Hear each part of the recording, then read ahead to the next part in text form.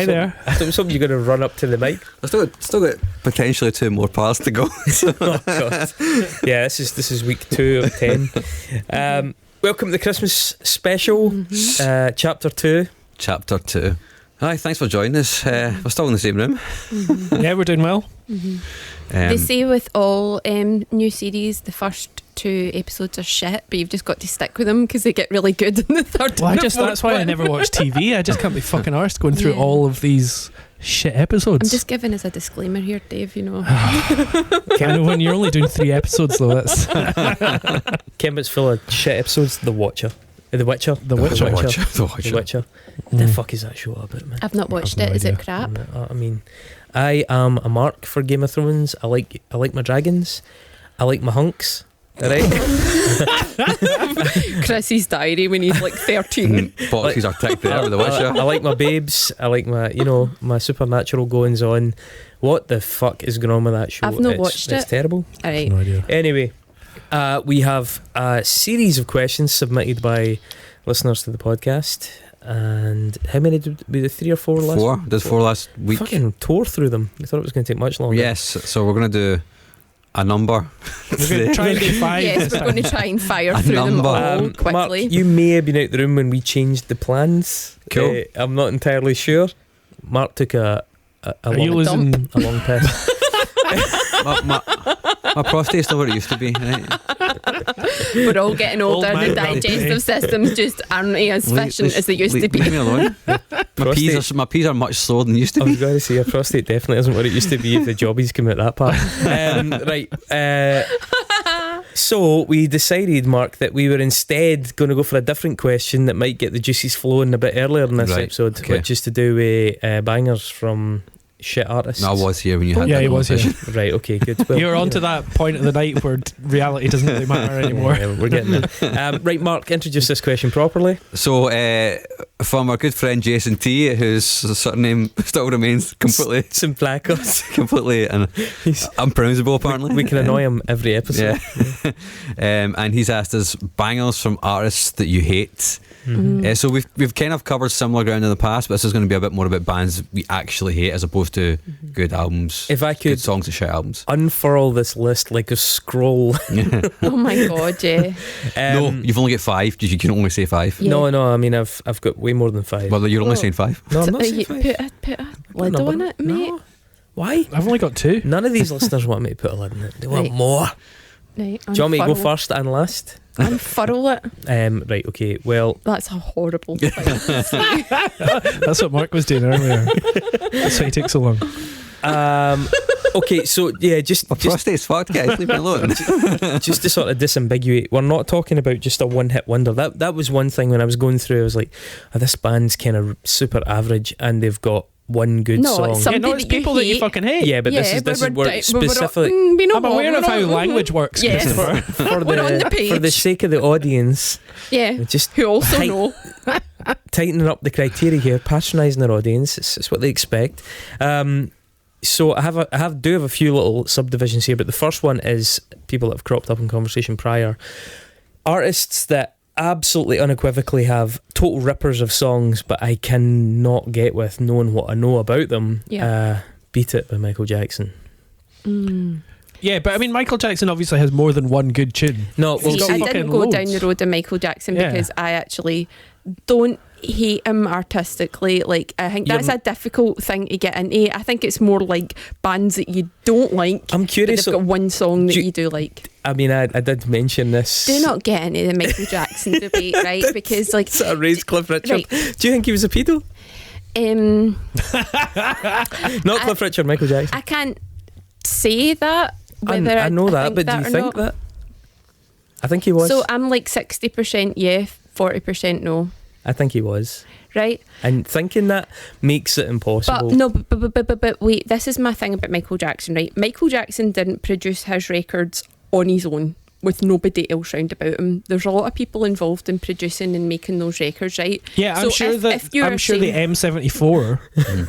I'm sure one of those people involved had bad thoughts about children, right? This reminds me that so many people were involved in that motorway, and it's a fucking class motorway. No, but and I'm not writing off that motorway just because one guy was It's a lost profit. It's a lost profit defence, right? If you were involved in a record with somebody who turned out to be a pedo, and then that whole thing was written off because of that guy. I totally agree. That's not fair, right? Why is it not fair? Because it wasn't just Michael Jackson that made those records. That's bonkers. It wasn't just Michael Jackson that raised So you're totally cool with lost profits? No, not at all. But like, I'm just saying, what's the like, difference? Lost profits were shit. It's debatable, but They were shit, Christopher.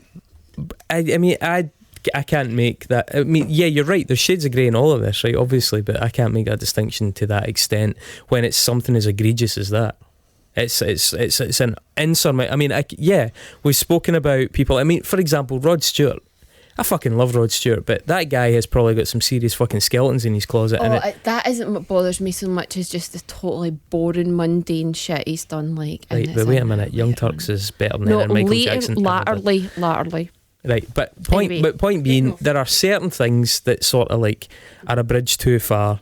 That is absolutely, for me, given what I think about it, a bridge too far. That wasn't how I approached this question. Hang on.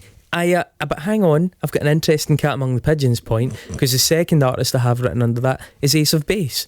So Ace of Base, they did crop up in my head. Ace of Base had at least two absolutely of the best pop songs of the 90s. You thinking right? The Sign? Yeah, The Sign and All That She Wants, right? Mm-hmm. So Ace of Base are unlistenable. I mean, they were proselytising neo-Nazis.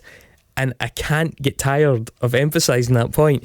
Like, they were literally a band built from the ruins of a Nazi punk band, and they used it as a way to Trojan horse their ideas into people's households. Mm-hmm. It's not fucking hard to... But then Scottish it's not secret. children took that and flipped it on its head by singing, I saw your mum, she opened up her legs, I gave her some, it was fantastic, her legs were like elastic. Is that not a Blink-182 song?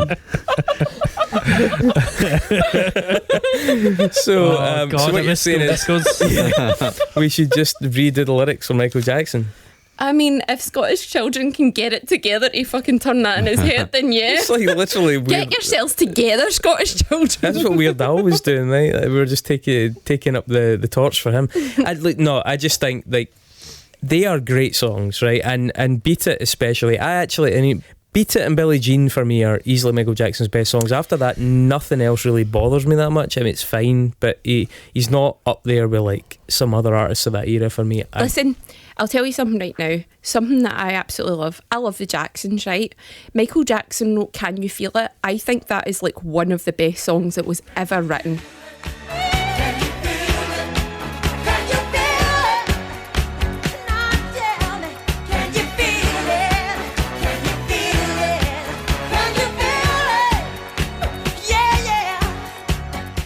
Like, seriously, right? See the disco guitar on that when that kicks in, like ding ding ding ding ding ding. I love that. Just joking at me. Good point though. Do you think Michael Jackson in the privacy of Neverland ever asked anybody, can you feel it?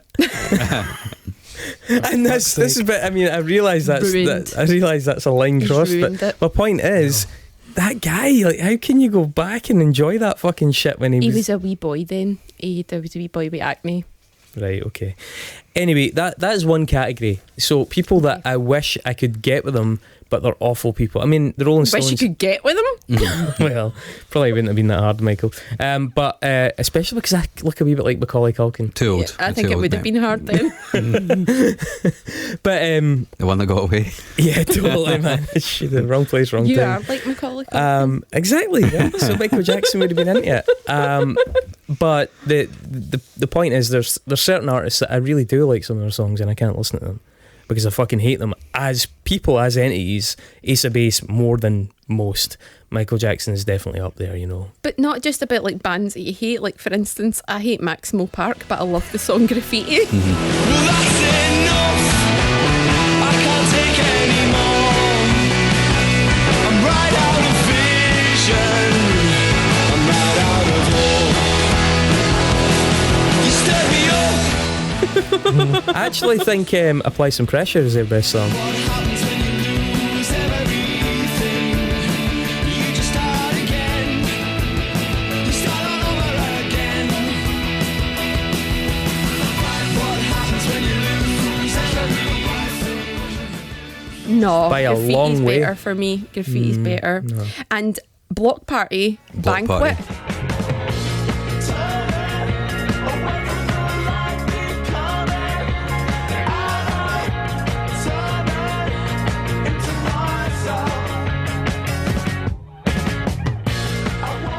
It's fucking brilliant. Banquet's a brilliant But song. Yeah, I it's a good song. banger. hate Block I like Helicopter as well. Is that one? That is one, isn't it? They've actually got a new song out, Block Party. It's not It's that the good. best Block Party song is that song Ratchet. Hey, yeah. I make it see, make it real, make it feel. Hey, yeah, yeah. I make it loud, make it proud, make it count. Which was not one of their biggest singles, but it's amazing. And the video for it was done by the animator Syriac, who had done all those freaky little animations of like animals and thumbs and cows and stuff, and he did a video for them that is their images of them distorting and repeating, and it's fucking tremendous. It's a great Talking song. about brilliant videos, on the way to work yesterday, they played Foo Fighters Everlong, and I was like, oh my god, I love this song. I hate the Foo Fighters. Yeah, it's, Yeah, that was our first ever episode, was Foo Fighters. No, it was no, it was Idlewild. second one. Ah, second episode, yeah. Yeah. And my last song by a band that I don't like, fucking hate, and yous are going to hate me for this, right?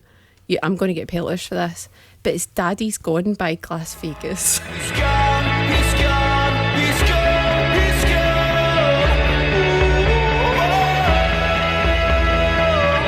All I wanted was a kick-a-boot at that park. For you to reach me home when it was You know what? I'm actually with you on that but, one. I mean, I'm actually with you on that one. How does that song brilliant. Yeah. Forget your dad. He's gone. He's gone. go? What? It's a pure fucking football chant song. It is. It is. Shit. I love it.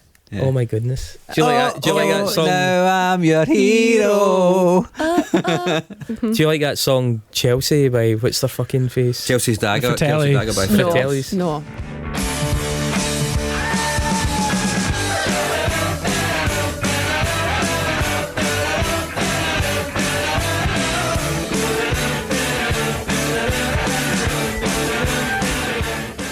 No, that's I ridiculous. saw the Fratellis in Strathclyde Union like 20 years ago. Do you not maybe. see Fucking Entrance in terrible.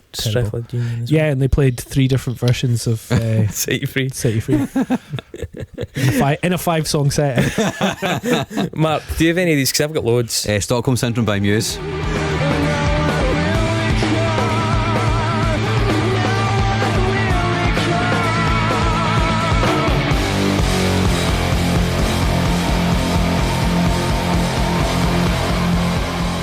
I've got that as well, that exact song. But I've also got Hysteria. Hysteria's also I really don't good. hate Muse. The thing with Muse is I think they've actually maybe got more than 5 songs I like, so Me then too. it's tough for me to say I hate them. Yeah, but I mean, They Yeah. fucking bore me and they haven't done Yeah. anything good for a long Where time. were you? Where were you when we were doing our fucking Muse double episode? They just had there was a year or two where they had fucking loads of cool riffs. well, I think they've had one great record, but the question was bangers from artists that you hate. yeah, across, and you hate Muse now. yeah, I mean, there's so Yeah, much, they're significantly more shit in their catalogue than there is good stuff. Yeah. Like, Do you know what? Actually, I think for one of mine, I'm going against my own rule there. So, How Soon Is Now by the Smiths. I hate the Smiths. I hate Morrissey. Fucking love that song.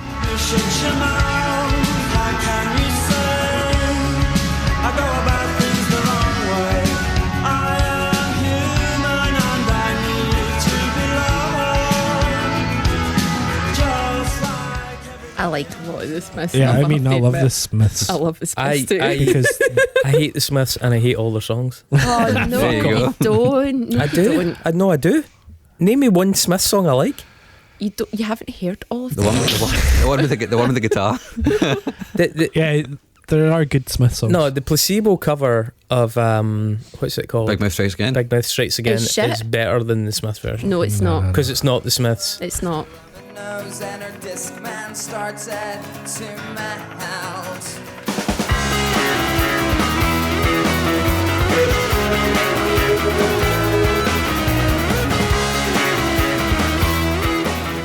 No, it is. Because it's the song without the problem of hating the Smiths.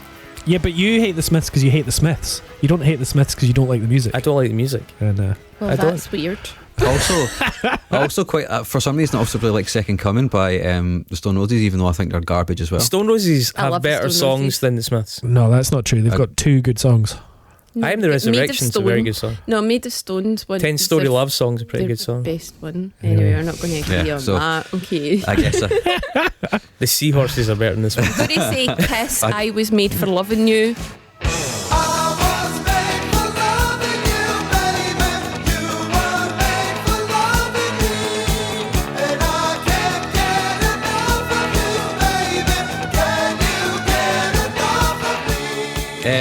see, I actually hate Kiss, but Eat they've a got, bag of they've got dicks. quite a lot That's of good terrible. songs. No, they don't. They've Kiss got have one good song. We've had this discussion many times on the Oh, podcast. here we go. No, Right. don't get into that. Oh my God, I've Kiss's said greatest hits is the greatest hits. Jesus. No, it's not. It's definitely one of the It's Queen not. ones. Well, okay, yeah, maybe, but it's top 5. ABBA Gold. As I said, it's top Yeah. 5. Right, the song Flume by Bon Iver. I can't stand Bon Iver. I think they're don't fucking like hipster Bon shite, Iver but Flume's a either. beautiful That's a little good song.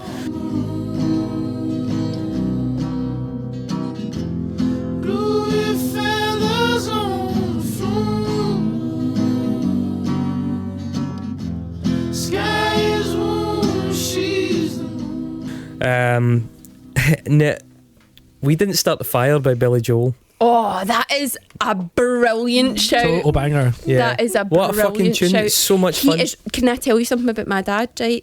See in Is the your dad Billy Joel? No, he isn't. See in the video for Uptown Girl, right? Christy Brinkley's in it because Billy Joel was married to Christy Brinkley at the time.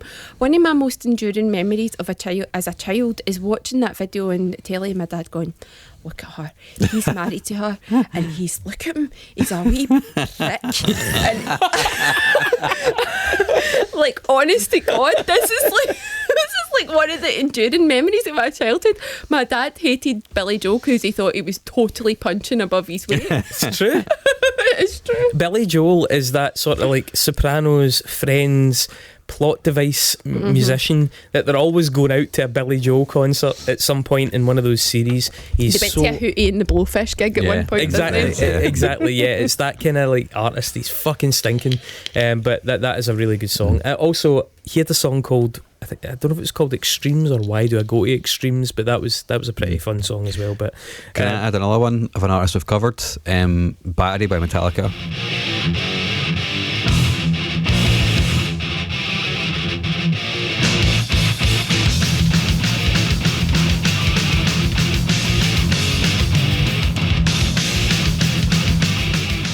I've got I don't know Metallica as that well, song. but I have got Mama Said.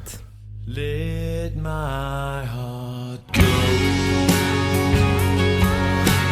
Let your sun grow. Mama, let my heart go. I could probably do. Is that a Lenny Kravitz song as well? Because I think I prefer his version. Placebo covered it. Oh, I would just do St. Anger, the whole St. Anger. by Yeah, see, you Metallica. really like them. So I you hate that nominate- band, but I love that album. Right, see So, that? Yeah, see that is an interesting aspect. Yeah. I will say I fucking can't stand as a band Head Automatica, but Beating Heart Baby Beating Hearts, baby. is just Yo, you want nothing to do with me. Yo, you want nothing to do with me. I mean, it's just of its It's era, brilliant. one of the It's best very songs. of its era. What Yeah. is that, like 2000? ABC 2005. 2005. Yeah. It's very of Sensational. the era. It's like emo, but kind of like dancey. Well, I mean, it's Yeah, a indie proper- electronica emo, but- Indie like the electronica crossover. emo. You know that as with all genres had a lot of lows and only a few highs, and fuck me, that is like ridiculously so far ahead of the rest of the material. Baby, is this love for real? Let me in your house to stay. Your beating heart, baby. The beating of your heart, baby. I did think about that one. One of that era that I would also give a mention to, and my God, I can't believe I'm actually fucking saying this, but Mr. Brightside. It's just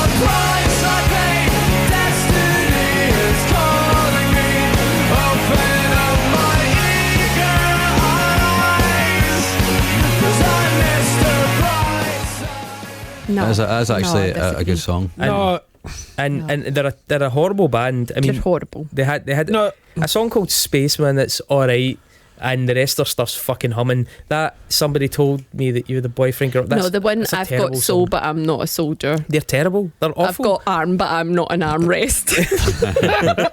I actually think the first song from that record, Hot Fuss, Jenny Was a Friend of Mine, is actually pretty decent. It's got the big that one. funky bass line in it.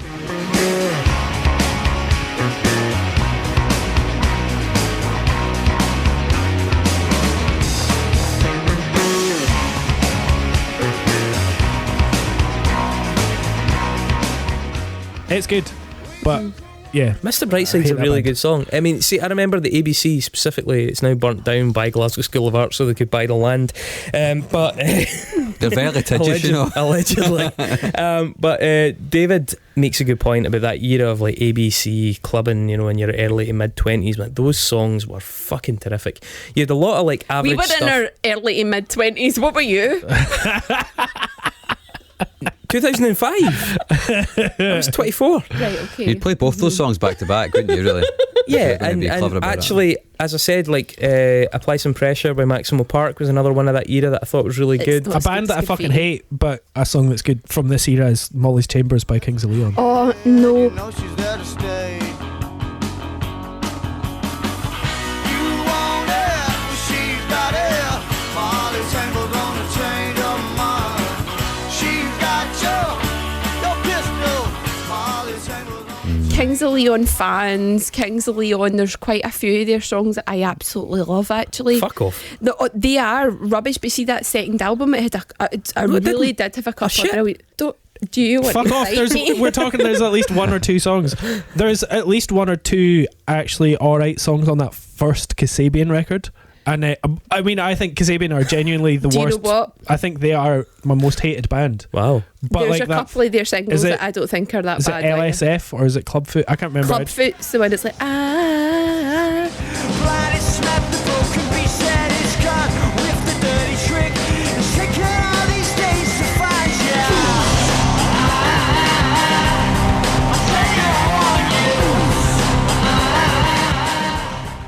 Like say if it wasn't for the fans and Or the MS it's people. like And the the band. Oasis effect. Yeah.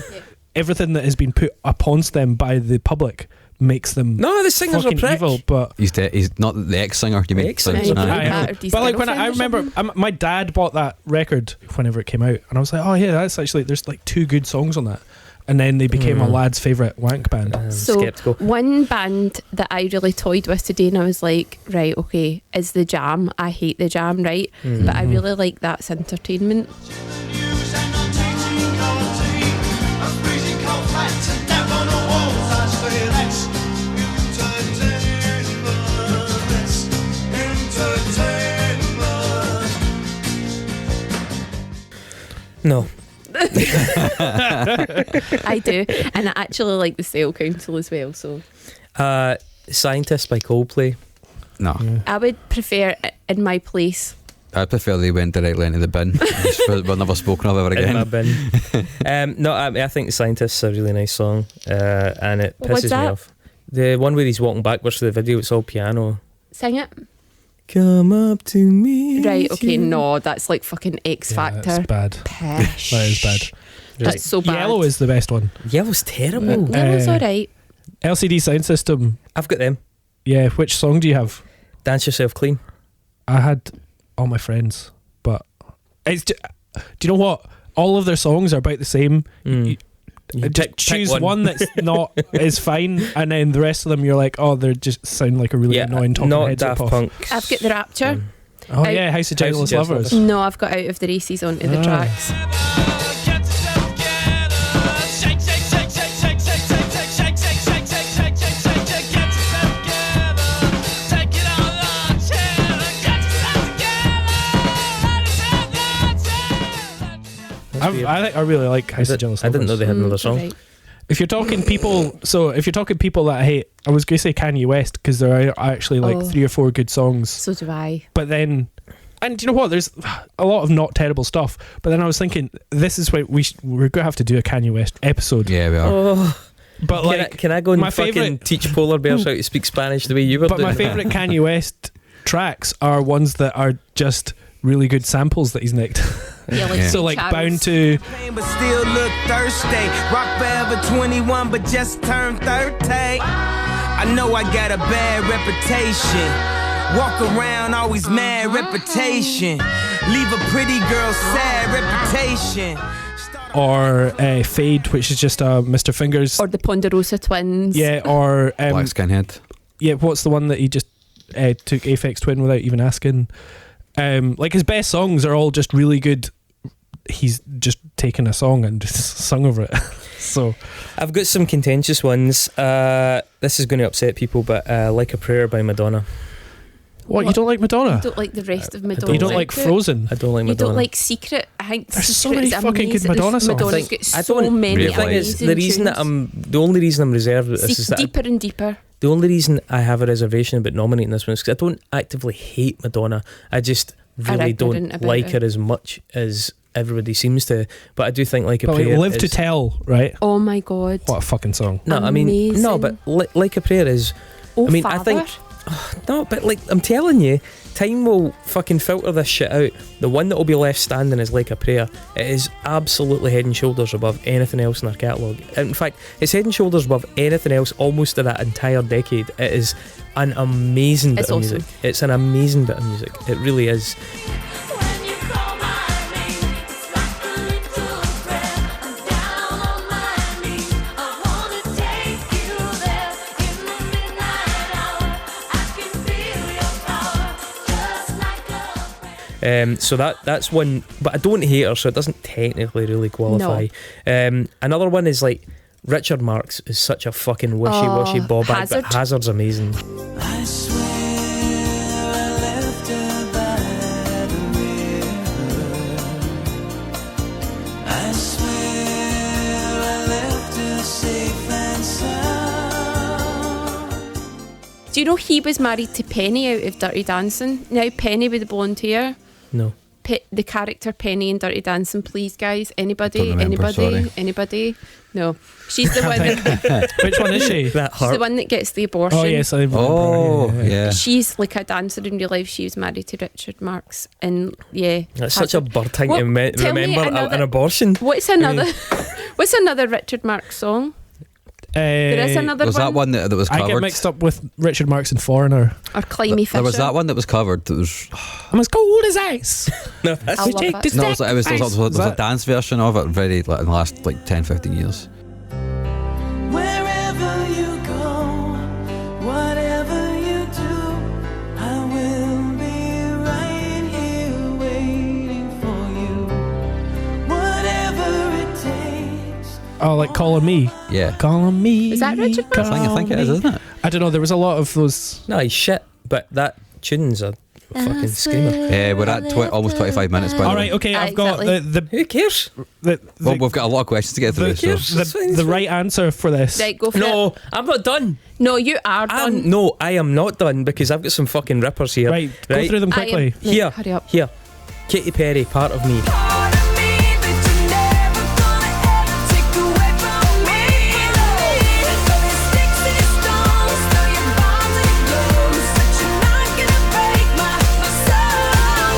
This is the I hate Katy Nah, Perry. Bon Appetit by Katy Perry is Hot even and better. Cold. Part of Me is Friday fucking Night. excellent. Part of Me Move has on. Hot no, and cold it is. such an excellent middle eight Teenage in that Dreams. tune. Okay, Dave. Russell Brand. Dave. Uh huh. Anti-vaxxer. Carly Rae Jepsen's Cry. Oh, I mean, it is. I mean, it's a level above everything else she's done, but you know, Is that our best song? yeah. He never wants to strip down to his feelings.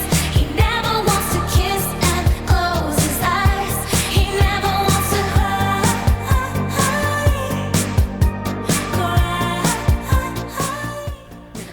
Oh, it's fucking class. It is really good. I mean, it really fucking annoys me to admit it's really good. Although, I will say, off that same She's got, emotion yeah, side there are B, a couple of good songs. Higher is, Yeah. is a really good song as well. But Cry is so far ahead of the rest of her catalogue. Like, it really is.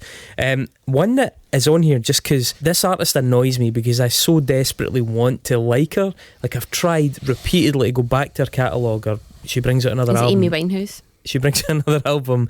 I don't like Amy Winehouse, and I'll go back to it and I'll try and like it. But Polisa Who? has that a first song record album. has a song called Dark Star. So it's on the album Yeah. Give You the Ghost. Ain't no man in this world who can pull me down, my dark star that I will remain. So be good so far. Which was like a hugely revered album that year. It was Yeah, like it's one like of a those, big Pitchfork record. yeah, big Pitchfork cult record. And the track Dark Star is fucking brilliant, really good. It's a whole style. Is it better than Baby Darkstar? Yeah, and it's a whole style of music in it, and she didn't follow it through at all. Like, and I keep going back hoping that Police's, because she's the kind of person that would be almost perfect for this show if only she'd done a good record. And after fucking years of going back hoping that she's done a good record, the fact is, Well, she's not good for this show. no, then. but she's extra annoying because she just never did a good fucking record, so she pisses me off. So I'm almost done. Robin, on the same note, right? Robin, Call Your Girlfriend is Continue. Call Your Girlfriend is spectacularly good. It's a fucking brilliant club tune. But you still have friends, and then you let it down easy. Call your girlfriend. It's time you had the talk. I think it's much So it's better. Dancing on Your Own, though. I think it's way better than that. I think Call Your Girlfriend is far better song than Dancing on Your Own. It's less cheesy, it's less cheap. It's a fucking great tune, and she's another one that I went back and I was like, oh, maybe Robin is like this kind of sort of sleeper amazing pop act, but her albums are just not good. They're just not good, and you dig into her back catalogue and it's just not good. See, I'm with you on that, right? Because loads of people are like, "Oh, Robin," and I've never There's really nothing got else, it. yeah. Even that in the 90s when she had a song called "Show Me Love," but then Robin S had a song called "Show Me Love" as well, didn't she? Oh, I've no idea. The word now, show me love, show me life, baby, show me what it's all about.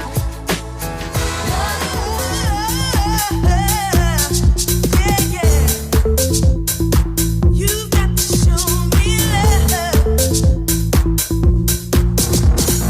Heartbreaks and promises. She had the song that was like "Show Me Love, Show Me Light."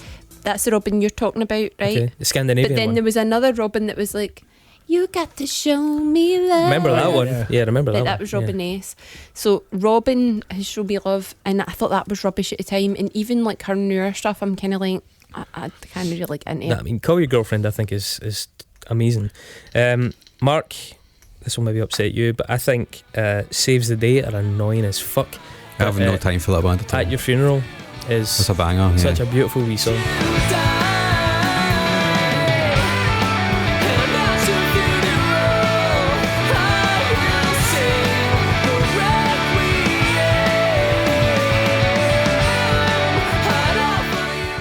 It's Plus, such, Chris Conley's a piece of shit. So is he yeah, actually yeah. actually or like No, like actually, like as in craft beer actually as or in like done a actu- public apology because he's a total piece of shit. Michael Jackson actually or like Brewdog Not actually. quite that bad, but you know, Google it. Right, cool. Well, in that case, Vicky, you'll get this one. I've got two more. Animal Nitrate by Suede.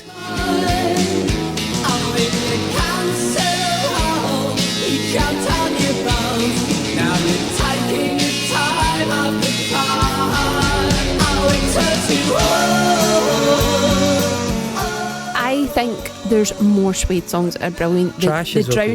The Drowners is like my favourite Suede song. Really? They're the Drowners has got the best video from the 90s.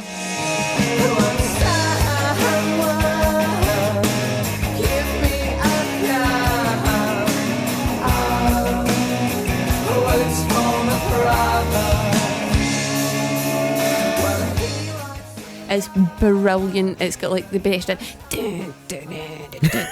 It's awesome. They've got that song Don't- Film Star that is incredibly annoying, and They've got loads of annoying songs, Yeah. but I don't hate Suede at all. I like Suede. I think Animal Nitrate is amazing, and I would say clearly the most outstanding example is because there's no getting round how fucking bad Entrance are, but Set You Free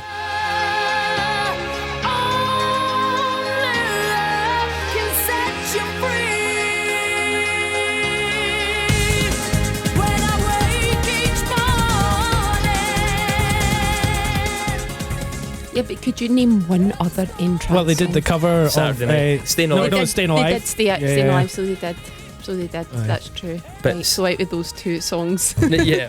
Well, Dave's seen them. He's a witness. I know, but I can't say that the rest of the set was a letdown I because can't say that I hate them. 60% of the set was that song. I hate them. Right, can we move on? Right, I'm fucking done. I'm done. But there's just so much to Mark, bitch have you about. got any? I've said mine throughout. All right, okay. Sick Transit Gloria by Brand New. Fucking hate that band, but Fucking I like get that out. song. Get the fuck out. I like that song. Leave. Why? Because I hate that band. Yeah. Oh. And But well, Jesse Lacey's also a piece of shit. No, no, don't funk with my heart. I wonder if I take you home, would you still be in love, baby? In love, baby.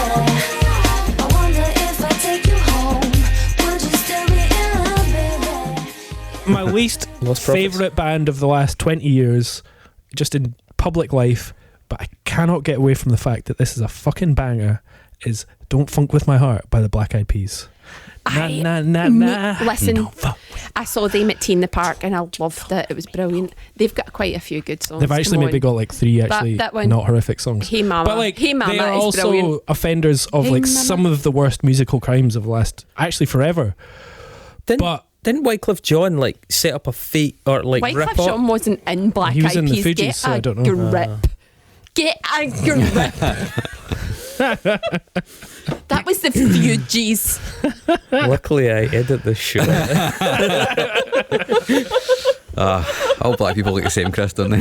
It's just got a dunce's cap on the corner. Wycliffe Jean set up a charity after the Haitian earthquake and then ripped millions I and heard millions that. out of it and got I done for heard it. that from I It's didn't know Always Sunny in Philadelphia. Yes, yes, absolutely. So much so that they felt comfortable writing it into the script of one of the episodes of Always Sunny. Yeah, Wow, I didn't know that. yeah, scumbag.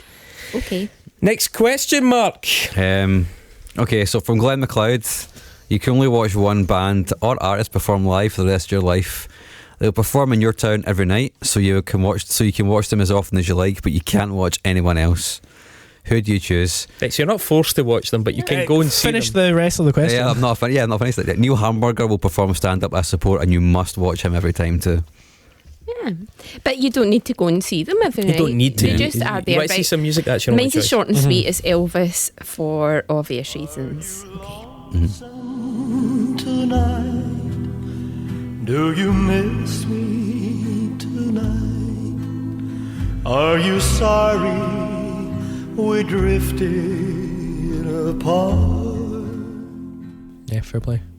Because he smells like burgers. Plus, he's got various different types of times in his career as well, so he's got a varied set, that's it. That's an interesting perspective on it. Yeah, Yeah, no, it is. bands that have a lot of diversity within their catalogue. Yeah. Bruce Absolutely. Springsteen's for me for pretty much the exact same reason. Like he's He all plays 3 all hours that a night. stuff. I know. You'd be it's bored fucking after amazing. one gig, let alone the rest of your life. Yeah, but One I've night you seen can go Bruce for the first Springsteen hour. twice, and that's enough. I mean, the only reason Like- I picked him is because his band are really him and his band are really well known for just playing random covers of songs like whenever, because they're just so seasoned as players that they can just like fucking And Elvis read is the the sheet same. music and play it there and then. You know what I mean? So yeah, I'm pretty sure he was. Elvis is the same. Like he would be doing something different every night as well, guys. And then when it come to Christmas, he'd do a special Christmas concert. So Well, it actually brings up another caveat which Glenn did not fail to mention, is that He did fail to mention. He did fail to mention if Bruce Springsteen is going to be playing for 3 hours every night, he's probably going to die after a year. So like, then what happens to music? What do you Yeah, watch that's after that?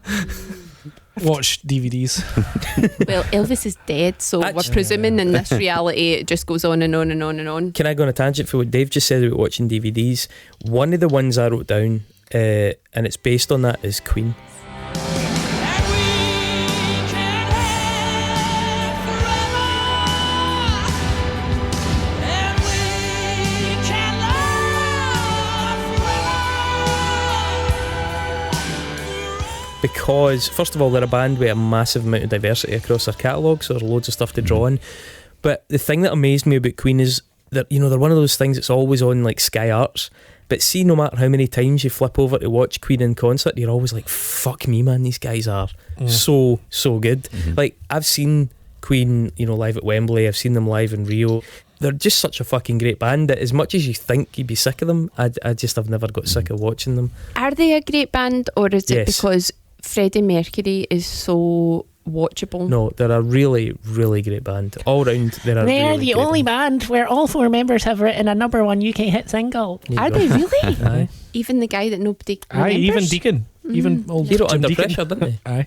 Does he really? Yeah. Does he really? Right, Mhm. okay, very good. No, honestly, that is one that occurs to me. Bands that I just like and I'm really excited about. I mean, I've seen Converge in concert so many times. I've never been bored at all. They're always fucking superb.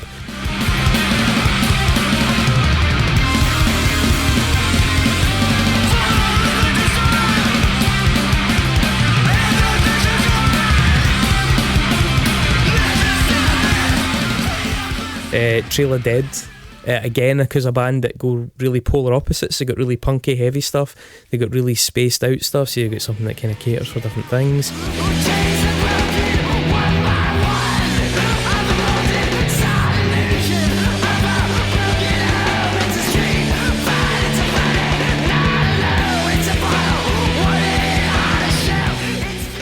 I'd say Godspeed in that same sense, No. because it's so, No way. because it was Yeah, different. I mean, I love Godspeed, but No you're way. like, Every oh, night do for the I? rest of your life, no. It's like a big undertaking. God, If no. that's the only music you're going to see. No. Do makes you think.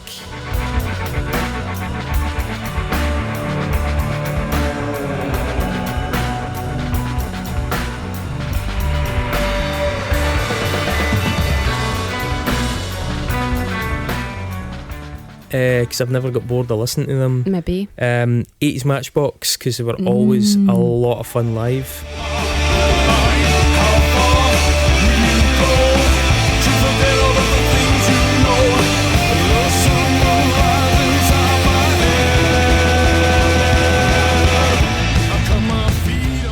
That would get boring after a while. Aye, 100%. Like, I think you're taking just- a few years off there. After a while, it would be like a flimsy, and you wouldn't like it. Yeah. one that I think would probably serve me well into kind of older age would be R.E.M.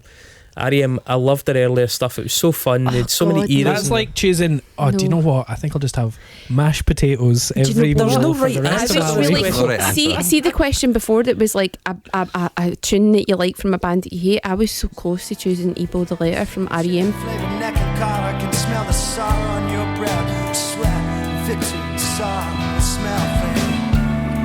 I got it. Aluminum, tastes like R.E.M. is a band that I know that maybe I should like them or whatever. I don't. They're boring as anything, and they've got like one song that I like.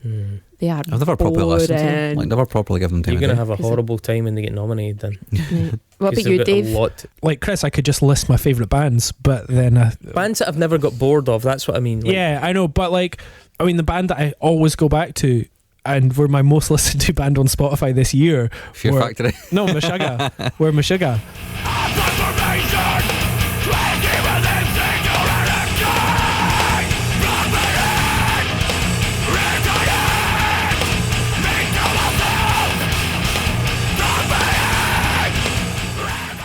But like, as much as I love them, I don't necessarily want that to be the only live band, because that's- it's very much Yeah. That's what I feel about Nirvana. Like, I love Nirvana. and but same with like, of my top maybe 5-10 favourite bands that I definitely think have enough diversity and enough different moods, and they could do as many different set lists from throughout their career that would make it really different. I'd be like, all right, I want a heavy one, or I want a total chilled out one. I reckon Deftones would be the band for me, because I reckon It's an Deftones interesting could choice, do yeah. Yeah.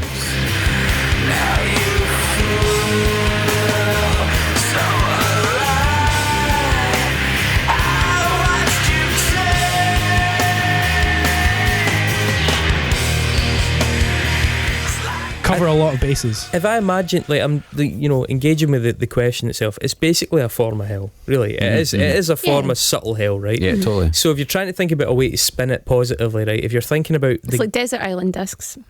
but in hell, And and if you're trying to think about a way to spin it positively, say it becomes like beer. Like when you're in a certain mood or whatever, you've had a tough day or whatever, you just go and get a fucking drink to kind of like just even yourself out. So you go and see this band. If I had to have a band that served that purpose for me, it would be Jesus Lizard.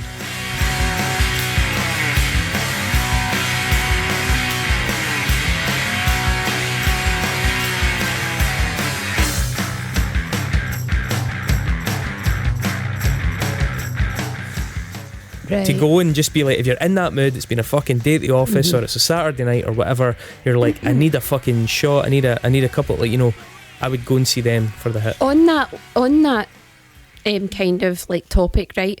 What is the song that you can listen to over and over and over again and never get sick of it? Well, Mine is Born Slippy. Like, I can never get sick of that song. It's a total banger. What about you?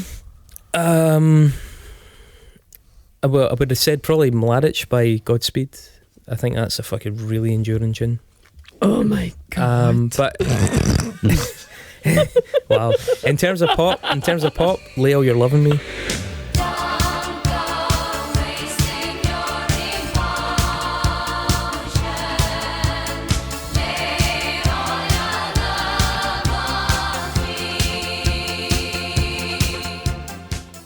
I think that's a screamer. That's It's a awesome. good choice. That doesn't get It's old. a good choice. But guys? yeah, not many. I guess from pop it's probably going to be She's Always in My Hair by Prince. I had to bring it up at some point tonight, so there we go, hit that button.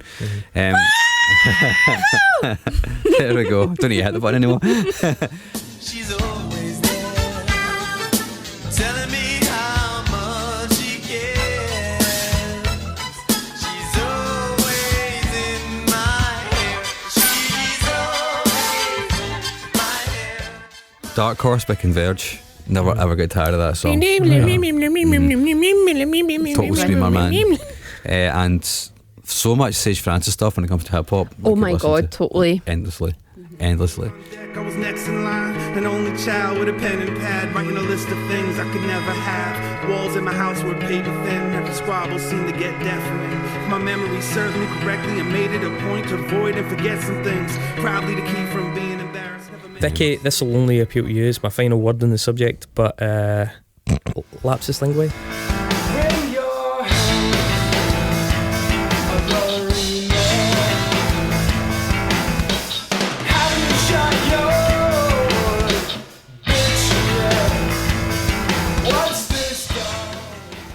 I don't think I would ever have got sick because it was No, so because it was so unpredictable piecemeal as and- well, though, wasn't it? You were fed wee bits and you were like, oh, thank you. See, and then, yeah. that's the thing about having dense music to go back to, right? A lot of it you can't compute the first time you hear it, and it's not just that immediate thing. If the music is too easily digestible, you get sick into it really quickly, and that's the thing about those. Again, that's why I said Godspeed, because you can chew on a lot of that and get different things out of it at different times, and that's the only reason that I think they're an interesting option, is because 50% of the set on any night passes you by, and then, you know, and maybe on another night that would be the 50% you engage with, you know. So anyway, but lapsus linguae, who will get a mention later on in this show anyway. And Go what's with a that, song fine. that you would never get tired of? A song, it's a sort of electro remix by a guy called Cornel Kovacs. It's a song called Pantalon. Roto pantalón, roto pantalón, roto pantalón. Gritando, gritando, gritando. And it's like, I don't know, it samples and chews up a song from the early 80s. Vicky, can you translate? Pantalon, trousers. But I mean, it's just a 120 BPM electro pop banger. Aren't they all? And I think I've listened to it maybe 100 times each year for the last 8 years. And I think I would probably have played it at every single DJ set as well. It just makes me feel good. Sweet. All right, next question. Well, hang on. Before we go into the next question, we have a message from Ferruccio, our man in the continent. Molto bene. Yeah, exactly. Molto buono, no? No, molto bene. Very Bene, well. bene. I think so. Yeah, maybe. Maybe it is molto buono. Pantalon. Do you know what? How you say? Obrigado. Obrigado. Do you know how you say good luck in Italian? It's in el bocca del lupo, which is into the mouth of the wolf. Yeah. So Wow. anyway, a word from Ferruccio on his tips for music of this past year that you should be checking out. Ferruccio, use your thoughts.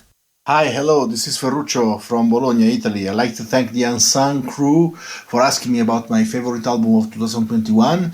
It was a hard job for me to pick one album because this wasn't a particularly good year for the music that I like, so my list was pretty short, and I think this is also confirmed by the fact that the album that I actually picked is not even my favorite album by this band. I think it's the second best album of this band because I like their previous one a little bit better. I'm talking about Welfare Jazz by Viagra Boys.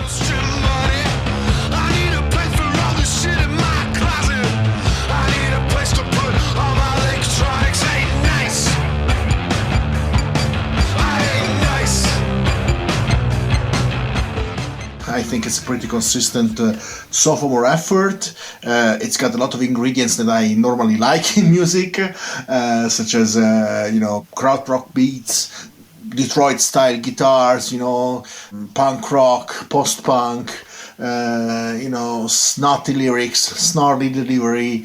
It's pretty good. I mean, and I also like the cover of "In Spite of Ourselves" by John Prine. Like it's oxygen. He's my baby. I'm his honey. He's my baby. I'm never gonna let him go.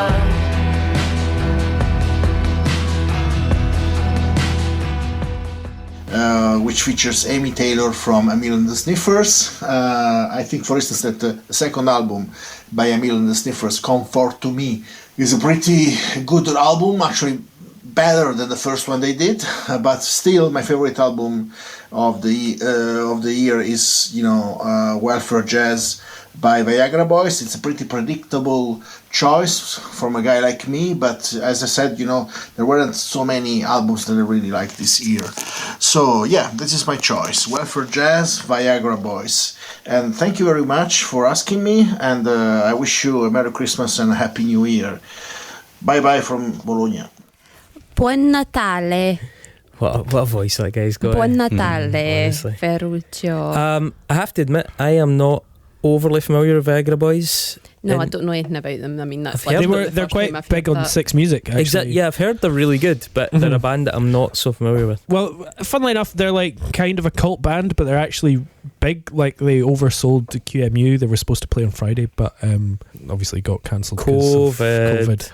But so they're doing big venues now. Welfare Jazz is pretty good, but like Ferruccio says, I think their debut Street Worms is a bit better. It's like a bit fun. What bit more kind fun. of music is it?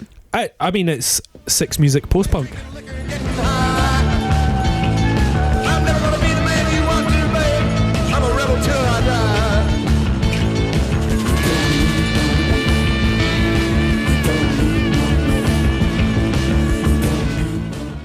Right. It's like all Six Music post-punk right now that's selling lots of tickets in the Like UK. Idols?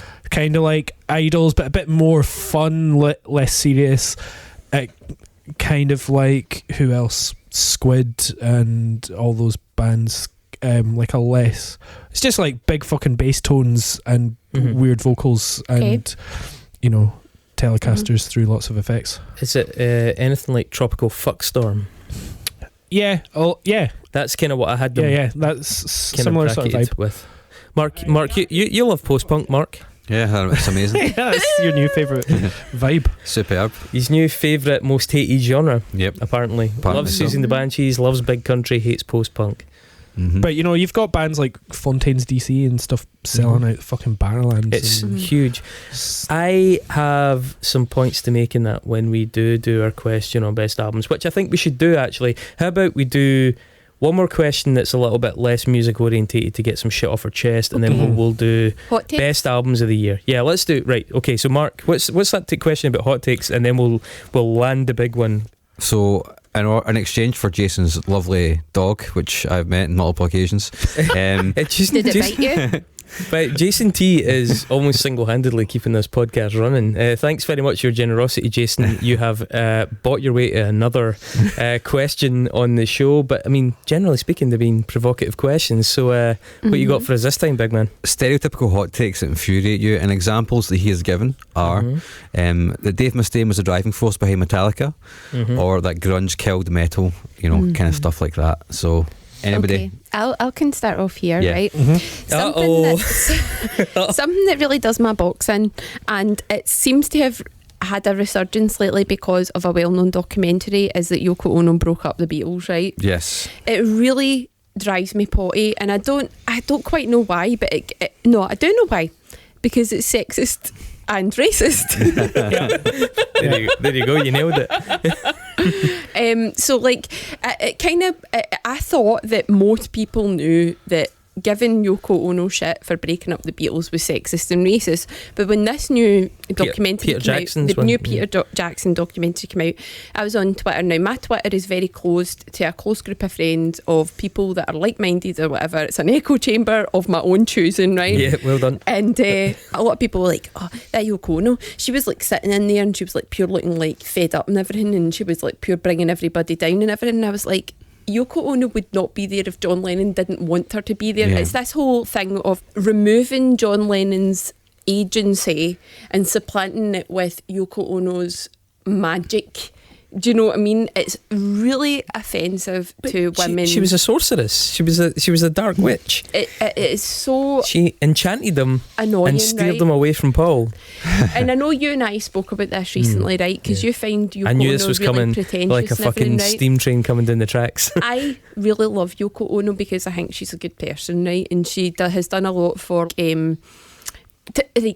Yoko Ono was a performance multimedia artist in the 60s. Before she knew John Lennon, she had her, in her own right, was well known within her field, right? And when she got together with John Lennon, whether you think the whole like bed-in stuff was like pretentious or whatever, it's totally in keeping with her as a performance artist doing that kind of stuff. It's just that when she went out with a Beatle, she had a wider audience, right? And it gave it a kind of level of visibility that maybe like normal performance artists wouldn't have had, right? She's an advocate for a lot of ecological, environmental things. She's got her own charities for that. She's very, very much about like, see the whole like love stuff, whether you want to shit on that or not. She is all about that. And Shitting on love. yeah, like about kindness. You and mean stuff. just our general philosophy? Yeah, love and kindness and stuff like that. Yeah, so I genuinely don't have any beef with Yoko Ono, and I think if John Lennon wanted her to be there, she was there because the two of them were in a relationship with each other. It was a very intense relationship, and it was also a relationship that wasn't conventional, right? So Yoko Ono kind of set up John Lennon going out with her assistant May Pang for a while and stuff like that. They were like exploring other ways of having relationships, which is deeply offensive to people that believe in like heteronormative relationships, right? I'm not saying that it was perfect or not. I'm just saying that the reasons why people were offended by that was because of a heteronormative narrative or belief system. So a lot of the time that people want to criticise Yoko Ono, it's very difficult to separate themselves from that. Like there's not a true criticism that you can actually make of her that isn't a belief that's rooted in sexism, racism or heteronormative living. Do you know what I mean? I don't agree. I agree with everything except your very last point. Everything except your very last point. I'd broadly agree with you on a lot of the reason for most people's hang-ups about Yoko Ono. Personally, for me, just looking at her art, especially her musical output, I think she's fucking dreadful. But wait a minute, the trope, the hot take I'm railing against here is Yoko Ono broke up the Beatles. Oh no, I mean that. I think I'm not. Right. I'm not siding with that. What I'm trying to do is, I'm going devil's advocate here for Okay. all the people that are yelling at the fucking speaker. No, she's not. I hate her. This. I think the majority of cases against her are quite misogynistic, especially, right? And fucking racist. And infantilizing is a good take on that as well, in terms of how people think about John Lennon, and that's Aye. actually what I've got. But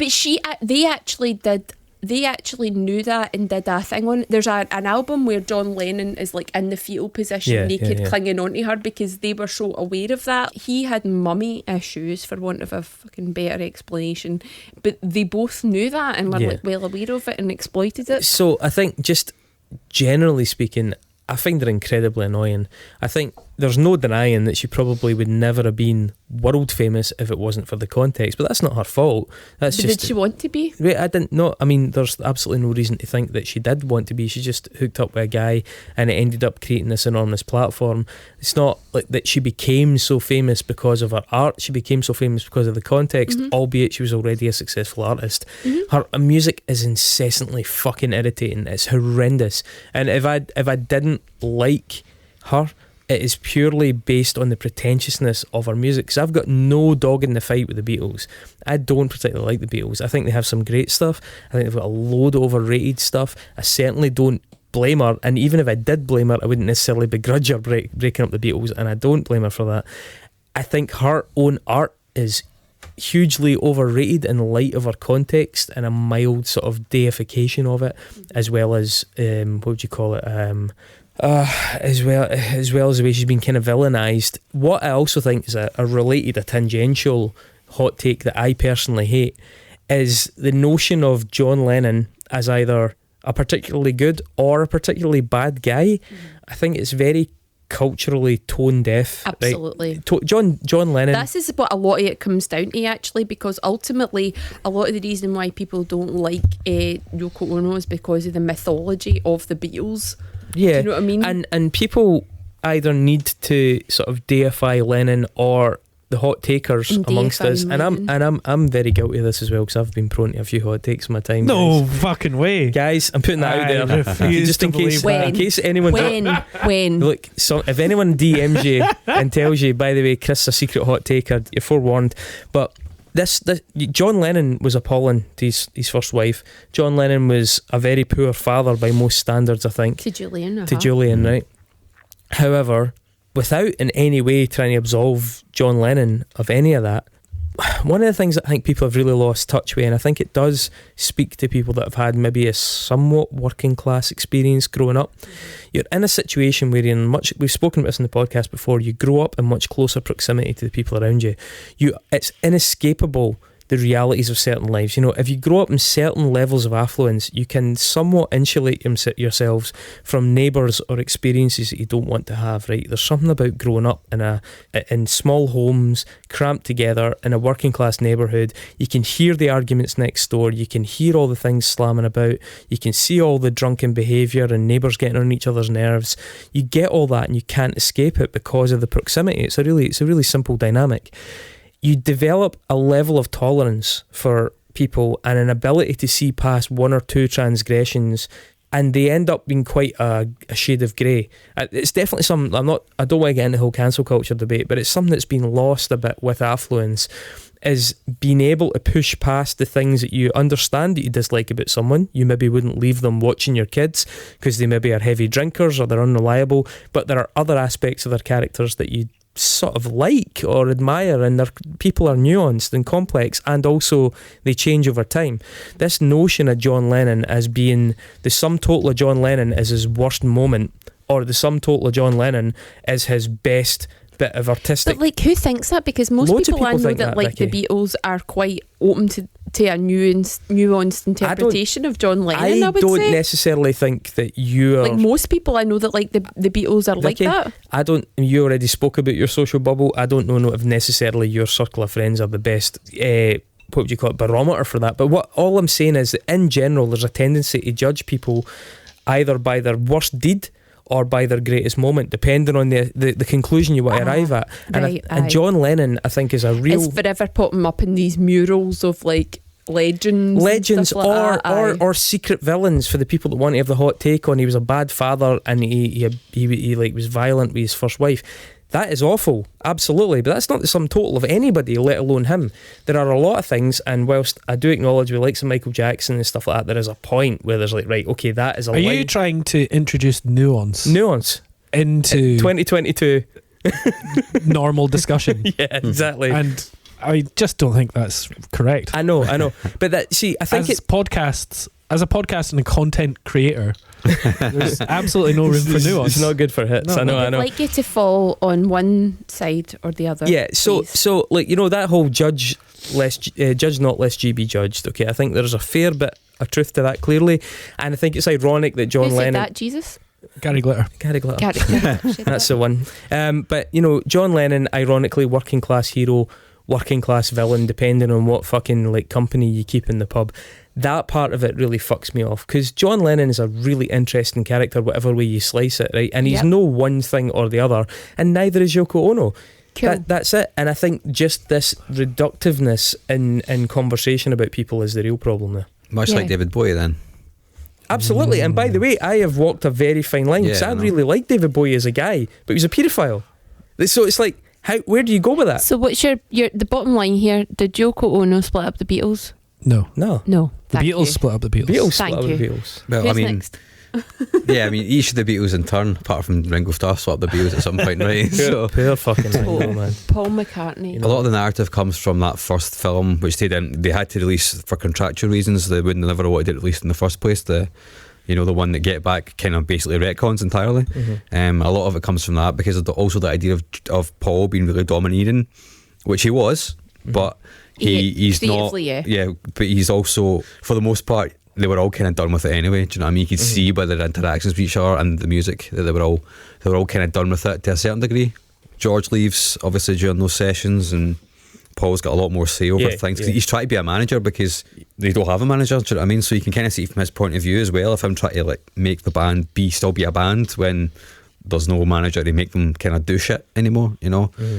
So it's a lot more nuanced than history kind of has thus far discussed when it comes to the breakup of that band. It just really annoys me because I feel like by now we should know that. Do you know what I mean? And it just get dragged up again with this new documentary. And anyway. Sorry to cut anyone's grass, but I just think it's so relevant to this. Can I say on a related note?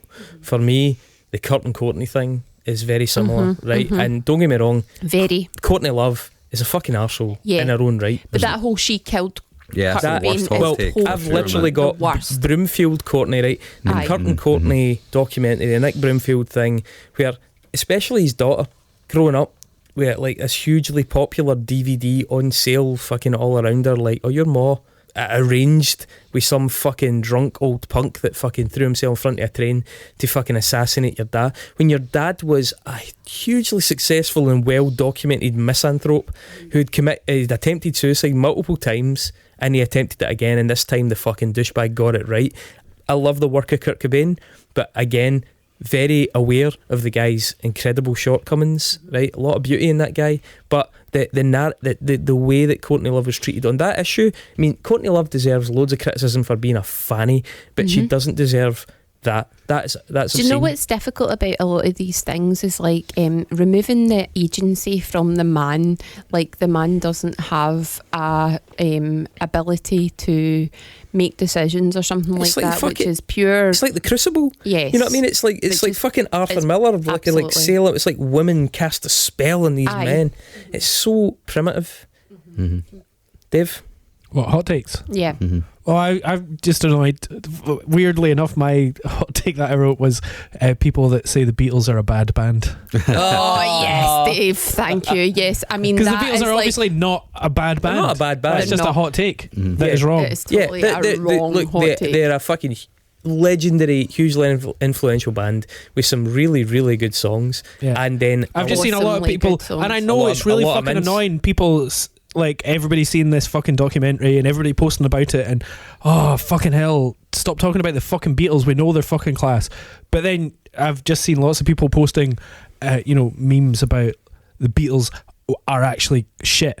And it's like, no, the Beatles are obviously not fucking Because I shit think either. a lot of people take the Beatles out of context and like try and compare them to other stuff and go, oh, they're shit. But like, culturally, the Beatles are really, really fucking important. Yeah. Like, really important. well, it's also a measure of like how many bands that we love were influenced by the Beatles. The answer is Absolutely. almost all of them. Pretty much Yeah. every band. Basically, every band that my dad loved from the 60s was trying to be the Beatles. Yeah, and we- every other band from then was Fuck, like the Beatles. We did the episode Fucking on Kurt Cobain, the Beatles. Yeah, we did the episode on journalism, and the fucking episode on journalism is that modern music journalism pretty Comes much from the started Beatles. with the Beatles. Yeah, It's exactly. like they are not a shit band, right? It's clear Not at hyperbole and sort of it is a hot take and it's trolling for hits, and I've probably said it sometime. I don't believe it. Probably said I mean, don't get me wrong, there is tracks by them I actively love. I mean, I think Strawberry Fields is one of the fucking best tunes of that entire era. I don't particularly care for a lot of their earlier stuff. I think it's much of a muchness in the context of the 60s where it sprang up. I think there's good songs in there, but that's all. I think like there's a lot of other good songs. I would say probably pound for pound at that stage the Kinks were better, right? Oh, I But love the Kinks. exactly. I want to be with you all of the time. The only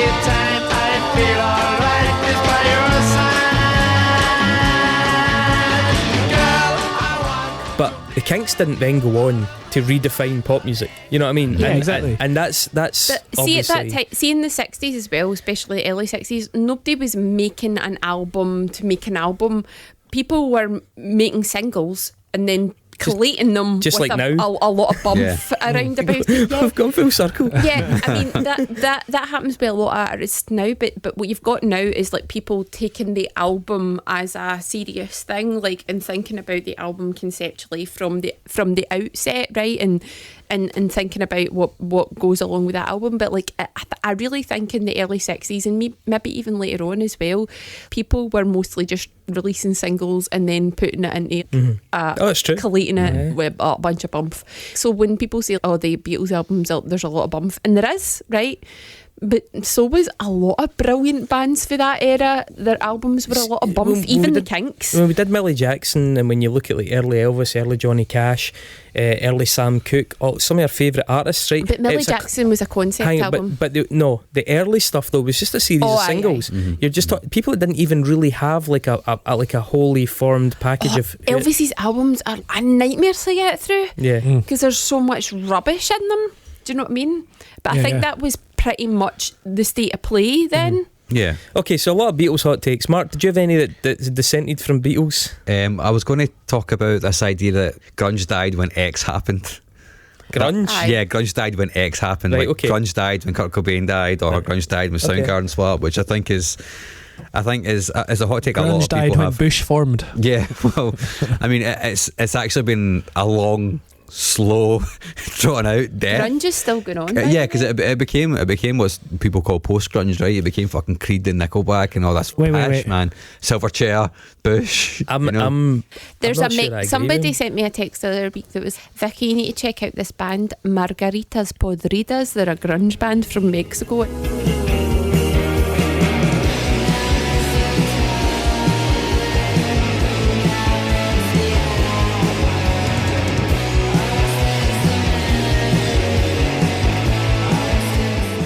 And I listened to them and it was literally grunge, like from 1992. Oh, I mean, I get sent, I'm sure Dave gets sent stuff all the time that is absolutely firmly cemented in like 1994. Is it Dead American? Hey, but it is. That's last week's shit. There's no denying that the sound still exists. That's the sound of every sound is going to still exist. There are still so many honking 1960s psychedelia era bands. It's everything, right?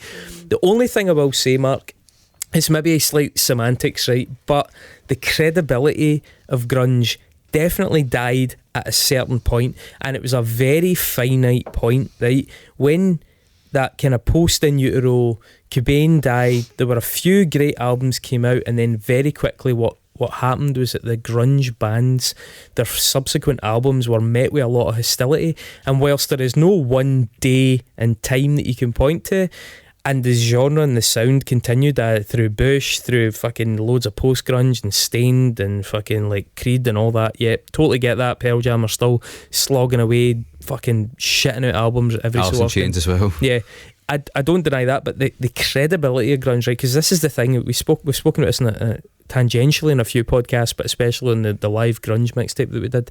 Grunge was very credible for a while, and there was a kind of hit period where like Mudhoney and Melvins and Nirvana and Yeah, well, you like, covered this in the exactly, and they thing. they weren't It was a just style. they weren't just doing quite well, but they were also doing quite well in a really cutting edge way.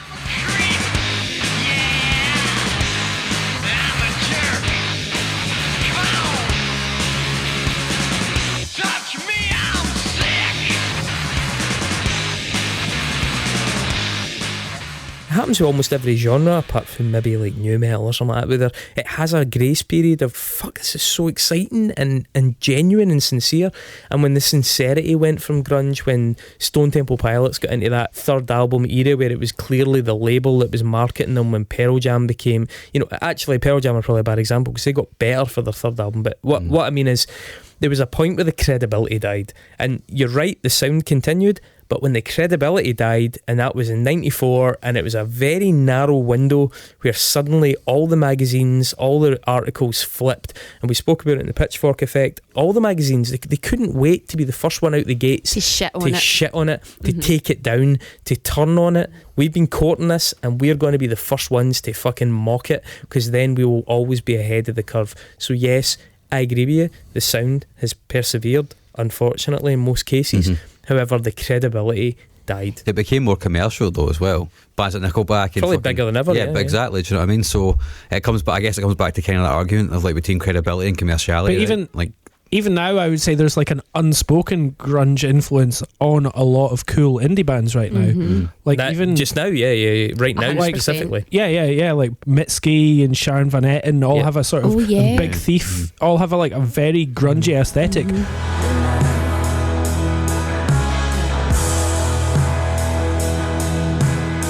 You whisper to a restless ear, can you get me out of here? This place smells like piss. But Hand habits, grunge bands is still like a that very as well. dirty word Yeah. after 25 years. It goes from the singer-songwriter kind of grungy flannel and Seattle thing through to the Idols sort of straddling that line with like Jesus Courtney Lizard Barnett, and all that sort of stuff. There are, yeah, you're right. There's Oh, yeah, elements like of it that are still relevant, but it's picking the corpse of it. You know, what I mean, in Yeah. terms of the big sludgy, dank. Slow punk. Yeah, it's that shit's gone. So man. yesterday when I was at work, right, I went in and I had this third year class and I was like, hey guys, we're having music requests. Who wants music requests? I'm taking music requests. Alice in Chains, Man in a Box. I was like, Holy right, shit. okay. And I put it on and I let it play, and then the next song that came on was Soundgarden, Black Hole Sun, and I was like, all right, we're getting Soundgarden now. And it was like, yeah, I listened to that album for like 3 weeks in a row. It was amazing. And I was like, oh, this is like when I was at school and we were listening to music from 20, Yeah. 30 years before. Now that's what's happening. Do you guys remember Nights in White Satin? It's a band. I'm like, yeah, do you like the MIDI blues guys? Love them. And now it's, yeah, Sounds like Soundgarden and all that. Whoever that was sounds like a sharp young man. Oh, they were. hot takes, Dave. Oh, mine was the Hot Beatles. takes Sorry, are spent. sorry. Can I just? I'm I thought I sorry. had something else to add that wasn't the Beatles. We do need to press on, but Yes. I want to throw one last Very much hand so. grenade of hot takes in here, right?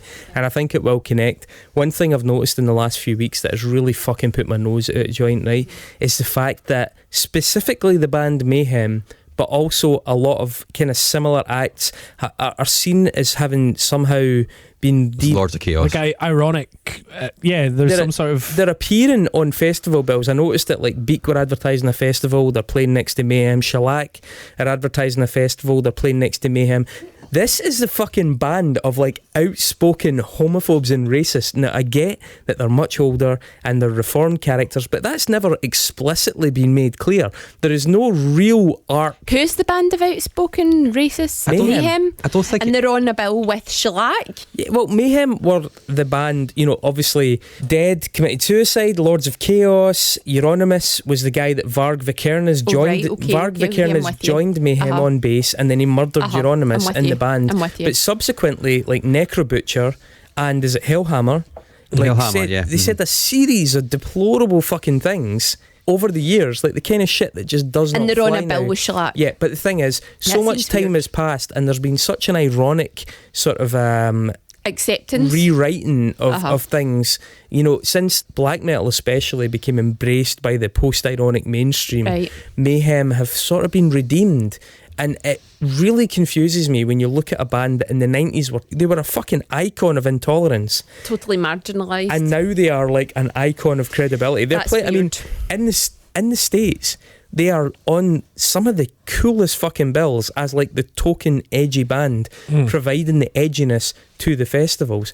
And you're looking at that bill and thinking, I mean, these people literally said that gays should be murdered. You know, I mean, these people, That's Westboro Baptist shit. and these people were fucking hardcore. Would you go on a bill with that- Westboro Baptist? There are ways to redeem your reputation. There are ways to Westboro change, Baptist. but they've not been contrite. When have Mayhem ever been Yeah, they've not fucking said anything. contrite? And would you not at least fucking scrap the thing that attracted all the hate and made all the money through the hate? Because Mayhem undeniably made a lot of money through their association with extremism and And galvanising that hatred. that movement and NSBM and all that. So you fucking scrap it. If you're truly contrite, you scrap that entity and you start And start again and you again. say, when I was young, I was misguided, I said a lot of stupid things, which by the way I think is probably true, but they're still happy to take all the fucking That's dollar that fucking stinking wormy Do you fucking think it's a ridden lack corpse. of self-awareness, like going back to something we were discussing earlier just about our private lives, like a lack of self-awareness? No, I want see, to keep I- that, and I want to keep the new dollar. I don't even want to criticise the band. I don't care what the band thinks. Mm-hmm. What I criticise are the festivals and the acts that book to That play book those them. festivals Mm-hmm. that are quite happy to do that. So you guys fucking know the history of this band. We all know the history of this band. We all read Kerrang. We all saw the fucking stuff they were doing. It's the same with Emperor, as I spoke about, talking about Faust. He fucking went up to a guy, murdered him in a park because he was gay. And then Emperor are just like, hey guys, we're back in town. And everybody, you know, it's not like the other members have not repeatedly gone on record saying horrible fucking things. It's the mechanisms propping them up. Yeah, Aye. and we just look past it. The festival wants a bit of edge. We're so fucking painfully subjective in our outrage, and I just watching all these bills pop up recently, these big festival announcements, and you've got Mayhem slammed in there for a bit of edgy credibility, and you're like, that is the fucking pits. It stinks, man. It stinks.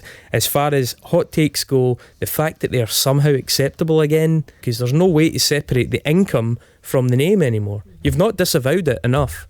Hellhammer did say in 2004 he didn't care. He didn't care what colour that anyone in the crowd was. It's just politics and music don't go hand in hand. And it's kind of like, well, you weren't saying that 10 years ago. No, mate. he wasn't. You were not saying that at all. Like, it's weird, man. Neither were their pals. Yeah. Well, there you are. Is that the end of this episode? God, I hope so. Right. Okie dokie, guys. I need a pee-pee. Good job. I finished my bottle of wine. Chestnuts roasting on an Need more open pork. fire. Dave needs to crack something fresh. So, yep, we will see you again shortly. For the third of our 3 parts. Yeah. We're not doing a 4th part. We're not God, please, no. We'll see you in a week.